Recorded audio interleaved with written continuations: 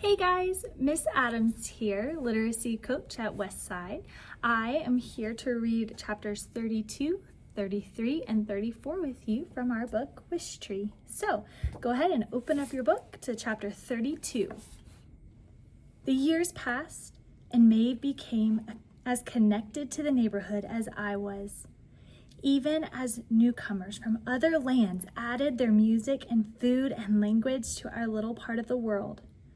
No matter where people were from, Maeve cared for them as best she could. I grew tougher, my older limbs less pliable, my shadow longer.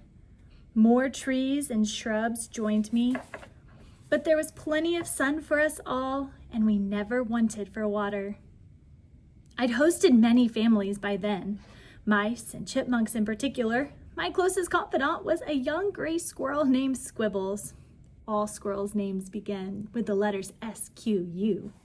Squibbles was especially fond of Maeve, who often fed the little squirrel table scraps. Privately, Squibbles and I worried about Maeve. Along the way, Maeve had seen a suitor or two, but nothing much came of those flirtations. She had friends aplenty and work to do from dusk till dawn. Still, she seemed lonely. Sometimes, Maeve would sit on the porch steps, watching happy families stroll past, and her eyes would well up with tears. At night, she'd gaze out an open upstairs window, and her sighs would float to us on the breeze, melancholy as the call of a mourning dove. Often, Maeve would sit at the base of my trunk and write in her journal. Now and then, she'd read pages aloud. She spoke about the Irish countryside fading into fog. She spoke about her family she'd lost. She spoke about her secret hopes and fears and longings. She had love to give and no one to give it to. Maeve adored early mornings when the world was bathed in mist and the sun was still a promise. She would lean against my trunk and close her eyes and hum a tune from her childhood. One day, the first day of May, Maeve joined me at dawn. To my surprise, she reached up to my lowest bough and gently tied a scrap of blue striped fabric in a careful knot. "I wish," she whispered, "for someone to love with all my heart." That was my first wish, and the beginning of many, many more. As the weeks passed, the piece of fabric on my branch drew many comments. Some of the folks in our neighborhood, the ones from Ireland, would nod knowingly and smile. To them, Maeve would simply say in her littling voice, "That's my raggy tree. She's not a hawthorn, but she'll do just fine." People who'd come from other lands, and there were many of them, would frown at the rag or even reach up to remove it.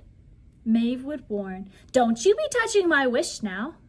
Patiently, again and again, she would explain how in her old home, leaving wishes on a raggy tree was a time-honored tradition. Now and then, people would ask Maeve what she'd wished for. She'd tell them the truth with a sigh and a wry smile. Nothing much, just someone to love with all my heart. Nothing much at all. Sometimes people would laugh.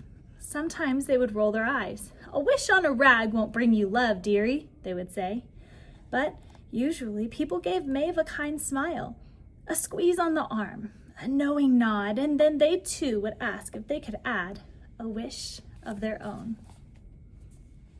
Another year passed. As May neared, I found myself hosting more scraps of fabric than budding leaves. Squibbles tried to steal a few pieces of fabric to line his dray, the nest made of leaves and twigs high in one of my forked branches. I explained he'd have to stick with moss and pine needles until the 1st of May. Wishes, according to Maeve, could not be touched until the day after May Day.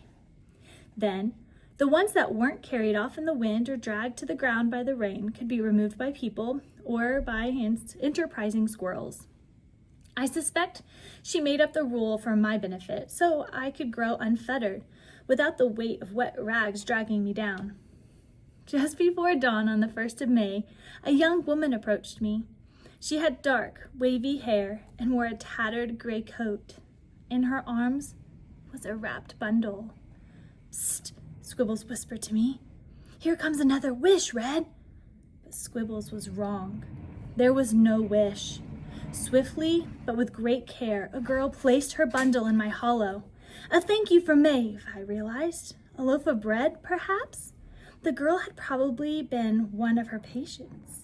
She was gone as quickly as she'd come, like a hummingbird, I thought. There, then not there, like a gust of wind.